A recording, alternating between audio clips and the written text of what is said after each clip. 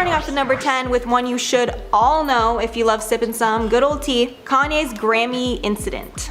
Yo, Taylor, I'm really happy for you. I'm gonna let you finish.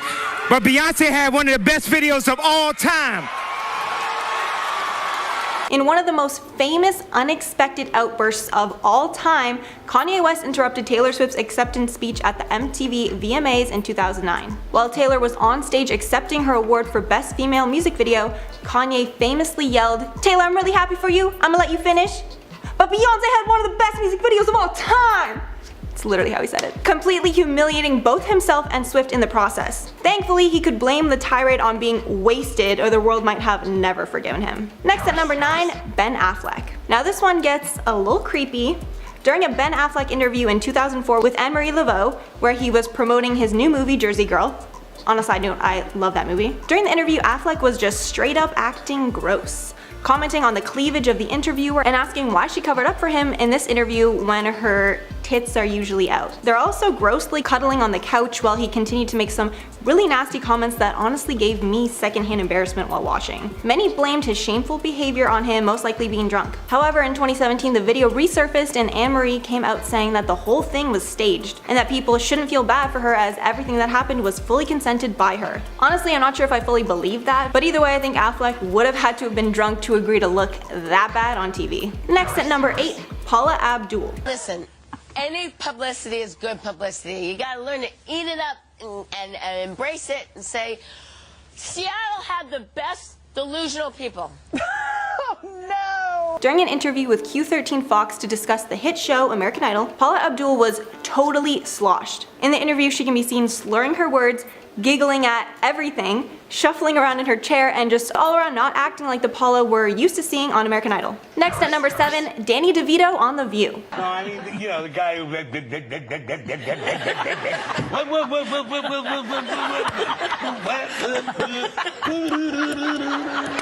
Before the interview, Devito admitted that he was hungover AF as he was out drinking with George Clooney the night before. Subtle little plug there. He also said that he had 7 limoncellos before the interview, and that they were finally catching up to him. He then starts talking about President Bush and making some crazy facial expressions and noises to imitate him. Then when he literally looks like he's either gonna fall asleep or pass out, Rosie O'Donnell brings him over to cuddle. Honestly, Danny DeVito is the best. This interview made me love him even more. In at number 6, Bill Murray. Hillary Clinton. Elizabeth Warren? Yeah. Get to that now. Okay. While the actor was waiting for his turn on the show, he took a tumble and fell off a stool. Bill Murray is known for being one of the most iconic comedians of all time, but you might not know he's also iconic for having one of the craziest drunk interviews of all time.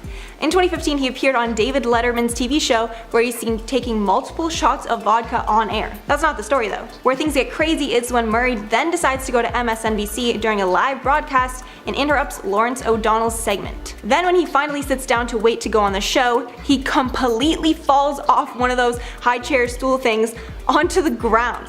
Then during the interview, he slurs like crazy while trying to answer simple questions. This is definitely one you have to see. Halfway there at number 5, Mark Wahlberg drunk in the UK. Wearing a tight top, you're covered in makeup. We disagree with all of that, but on you go. Back in 2013, Mark Wahlberg was part of one of the funniest drunk interviews of all time. When the UK on the Graham Norton show, Mark dozes off, slurs his words almost the whole time, and gets very flirty with the other guest of the show, Sarah Silverman. A couple of months ago I was at the gym, full face of makeup on, ready to do my Why would weights. you wear makeup to the gym? At one point, he also goes over to Norton to sit on his lap and then proceeds to feel him up basically. It was the general consensus that Wahlberg had far too many drinks before the show, and it all hit him on air. Next at number 4, Steve-O. The jackass prankster and wild child Steve-O definitely lived up to his jackass reputation on Comedy Central's Too Late with Adam Carolla. Steve-O got so wasted backstage that he started yelling a bunch of swear words while also spitting and later into the segment attempting to rugby tackle the show's host, Adam Carolla, to the floor. Steve-O at one point also fell over and shattered a glass coffee table with his foot, slicing his leg open in the process. When Carolla tried to laugh off the craziness and try to rescue the show, it was proved that Steve-O could not be tamed, and in the end, he had to be escorted out by security. After the insane interview, Steve-O said that he woke up and had no recollection of ever being on the show, but that he was insanely proud of himself for how funny it ended up being. I guess when slapstick humor is your specialty, this event could be considered something to be proud of. I'm not sure I think it is though. Next at number 3, Mariah Carey. I hope you guys remember the absolute train wreck that was Mariah Carey's performance at the 2016 New Year's Rockin' Eve Bash. But if you don't, we're here to give you a little reminder. Basically, she came out, missed tons of the dance moves, made it incredibly obvious she was lip syncing when the track was playing and she was literally just standing there. I bet plenty of network execs were definitely regretting not rehearsing after that mess. Then sliding on to number 2, TJ Miller. Well, TJ Miller, the funny man of Silicon Valley, was on Colbert for an interview. He made a complete ass of himself. During the insane interview, Miller smashes an egg on his face, much to Colbert's extreme annoyance, because he gets some of it on his jacket, and then finishes the segment by touching Colbert with his creepy, like, skeleton hands. Damn, Colbert has a lot more patience than I would have had. I don't know what's gonna happen. Egg on my face, right? The old egg on the face bit. Thank you. And lastly, taking the number 1 spot, Fergie. I'm giving Fergie the number 1 spot here, not because hers is the most popular, but honestly, I just think it's the funniest. During the Trevor Live Gala, Armie Hammer was presenting an interview when Fergie randomly appeared on stage. Hammer, because he was so confused, ended up giving her the mic, probably because he was not sure what the heck was going on. Anyway, she ended up calling herself Armie Hammer and then calling him Fergie and slurring her words while trying to talk. But after she sat back down, she wasn't done yet. When another performer walked off stage because of technical issues, Fergie jumped out of her seat at the chance and got on stage, unscripted, entertaining the crowd once more. I guess they should have had to have extra security on Fergie.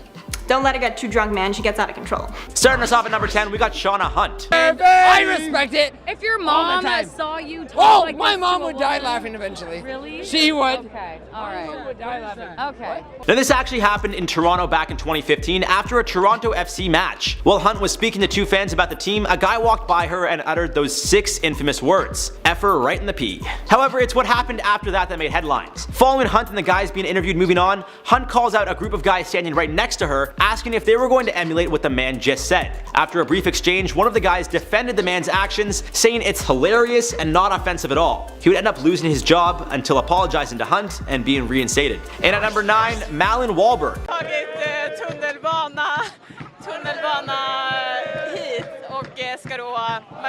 One of the 3 incidences that happened during the 2018 World Cup, Wahlberg was reporting live before kickoff between Sweden and South Korea, with a mob of Swedish fans right behind her. While reporting, a fan ran up to the reporter, put his arm around her, and kissed her on the cheek. She didn't seem too rattled by the incident, seemingly laughing about it and pushing the Swedish supporter off of her. Although Wahlberg didn't seem to be too taken back by the incident, it was the second incident in just a few days to happen to a female reporter on air. And unfortunately, 2 out of 3 that we know of that happened at the 2018 World Cup in like a week. Moving into the number 8 spot, Tania Reza. Now Reza was on air with her co-host Enrique Tovar when he poked her breast twice. Lindo collar que trae este día de hoy. Parece como un tipo faraón. Mira mami, mira, qué bonito collar, así como tú. Apúntele bien.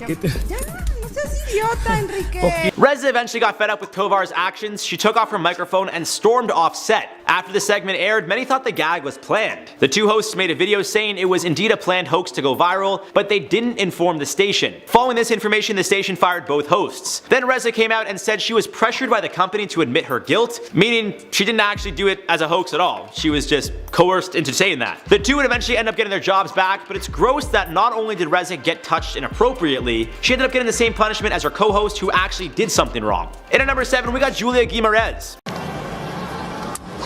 Don't do this. Never do this again, okay? I'm sorry. Don't do this. I don't allow you to do that. Never. Thankfully, Julieth was quick enough that the man trying to kiss her on the cheek missed. Still, why someone seeing another person trying to do their job on air leads them to wanting to kiss the reporter is, well, it's beyond me. This incident happened before the Japan-Senegal match at the 2018 World Cup. Moments before Julieth went to speak, the man tried to kiss her. After he misses, Julieth reamed him out, saying, "Don't do this. Never do this again. Don't do this. I don't allow you to do this. Never, okay? This is not polite. This is not right. Never do this to a woman, okay? Respect." As Julieth is yelling at the man who's off screen, he can immediately be heard apologizing apologizing. Unfortunately, Julieth's was the third incident to happen in about a week's time, and one of the 2 times it happened to her alone while reporting on the World Cup that year. Unfortunately, there's still another 2018 World Cup incident on here. Moving on to the number 6 slot, we got Theran El Helwi. في هذه الأثناء ساحة رياض الصلح تعج بمئات الأشخاص الذين While reporting live at a protest in Lebanon, a man walks directly up to El Helwi and kisses her on the cheek while she's talking. After the incident, she continues on, nervously laughs, collects herself, and continues reporting. Speaking on the incident, El Helwi said, "I was live when I felt the kiss without seeing him. I tried to continue reporting professionally, although my voice was shaky. Despite the unacceptable act, I remained emotionally stable and maintained eye contact with the camera." Afterwards, the alleged kisser issued an apology, which El Helwi accepted, but it doesn't change the fact that you violated this poor woman on TV. Do better, man. At number 5, Sara Rivest. An absolutely gorgeous day out today, and it's allowing people to focus on the fun, on the music, on the okay. Rivest was reported on site when a group of guys seemingly started to harass her. Now call it what you want, but at the end of the day, it's a person trying to do their job, and these guys were making it more difficult. At first, one guy walks behind her gesturing at the camera. Then another guy walks behind her while the third literally runs in front of her between the camera and Rivest. Following the incident, which Sara can be seen laughing off, the first guy comes back to kiss her on the cheek. After that, Rivest can be seen visibly uncomfortable, trying to keep her composure. Following the incident, the man was charged with harassment, and Sara said his behavior was unacceptable. Then moving on to number 4, Laila Jiminez.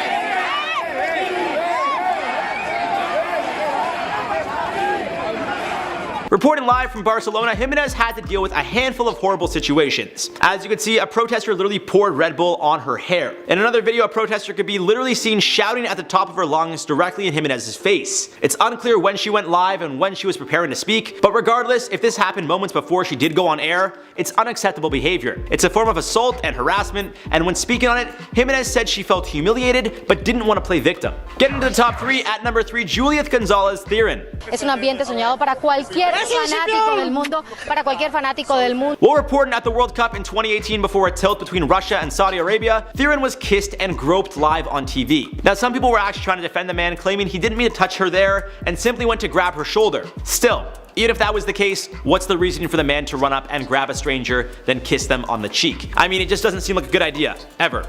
Imagine running up to a stranger and doing that. Why is that not okay, but if it's in front of a camera, we play it off like it's a joke. What's even more disturbing, as you can now see, is this is the third incident to happen in the span of about a week at the 2018 World Cup. Theran spoke on the incident saying, "We do not deserve this treatment. We are equally valuable and professional. When we went live, this fan took advantage of the situation, but afterwards when I checked to see if he was still there, he was gone." And that seems to be the case for most of these guys because, well, they're just cowards.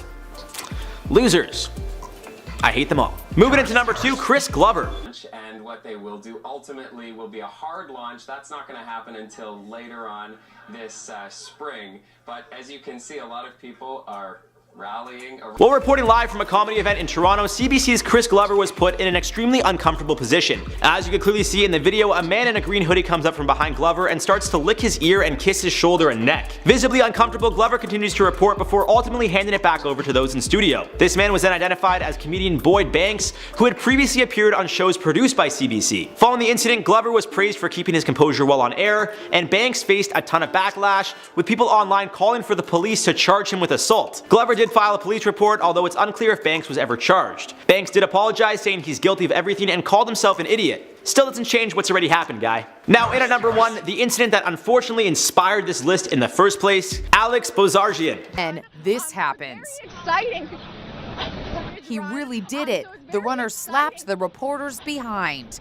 You can see the shocked look on her face. While reporting on a race in Savannah, Georgia, Alex Bozarjian was slapped on the tush. Immediately following the incident, you could see how taken aback and uncomfortable she was, having a tough time forming a sentence. This is no different than if it happened to a stranger on the street. It's a form of assault and should be dealt with accordingly. The clip would go viral and Bozarjian would tweet out, "To the man who smacked my butt on live TV this morning, you violated, objectified, and embarrassed me. No woman should ever have to put up with this at work or anywhere. Do better." Since the incident, 44-year-old Thomas Calloway has been charged with sexual battery and paid a $1,300 bond to be released. Calloway apologized on TV and claimed he was trying to pat her on the back or shoulder and didn't realize he hit her bum until afterwards. I mean, I always try to see the best in people, but Miss Bozarjian's back doesn't seem like it's so small to the point that it'd be hard to slap her on the shoulder and accidentally hit her tush. I'm just saying, like, it's not There's a big gap there. Meet Paul and Lee, an ex-gay couple who appeared on the 10th anniversary episode of The Jeremy Kyle Show. They met online, called it love at first sight, and were in a sexual relationship. They even planned to get married at some point. But when Lee took Paul home to meet his family members, they began to remark on how similar the pair looked. They then took a DNA test on The Jeremy Kyle Show and found out that they were in fact half-brothers. So this happened a few years ago, but we're gonna do an update on this story because let's face it, I think we all want to know what happened after they found out they were dating a relative. Let's start with some backstory for those that aren't familiar with this story. How the heck did this even happen? Paul had very little knowledge of his biological family. He was taken into care when he was only 18 months old and adopted when he was 3. Paul met Lee on a dating site, and the two of them chatted for 2.5 years before finally deciding to meet in person. Apparently it was love at first sight, and they'd been together since meeting in November 2011. But after it got serious, Paul was introduced to Lee's family, and they noticed that Paul looked a lot like Lee's mom's ex-husband, Ron. Ron even had the same last name as Paul. Ooh. His mother Anna then told Lee that he had a secret half-brother. Ron and Anna had to put one of their 4 children into care because they quote couldn't cope. Anna was also diagnosed with early onset Alzheimer's, so she didn't really remember much about her past. Once the two men found out that they could possibly be brothers, they stopped their sexual relationship. They then went on the Jeremy Kyle Show to find out once and for all if they were half-brothers. And the answer was yes. Obviously, this was extremely devastating. Paul ran off set crying once the DNA results were read. When asked how he felt about being in a sexual relationship with someone that could be his half-brother, Lee replied that the thought made him feel sick. But even though they each lost something by finding out the results, they also each gained a half-brother, and Paul also found out who his parents were. A psychotherapist involved in the Jeremy Kyle Show said that it would take time for them to process the information, and they could do it at their own speed. He also offered them counseling. Fast forward a few years and Paul and Lee still have a close relationship as brothers, and they do talk from time to time. Still though, that would be a hard truth to shake off. A news anchor has landed himself in a big cheating scandal after a live stream gone wrong, and we have everything you need to know. In the new world of the pandemic, it has become important for newscasters to be keeping us updated on what's happening. Although because these newscasters must now operate from home, we bet they are really starting to appreciate having a production assistant. I mean, so far we thought we had seen it all, from kids running into a shot screaming to Good Morning America correspondent Will Reeve forgetting to put his pants on. But the companies do say they will scale up the program if it is successful, guys.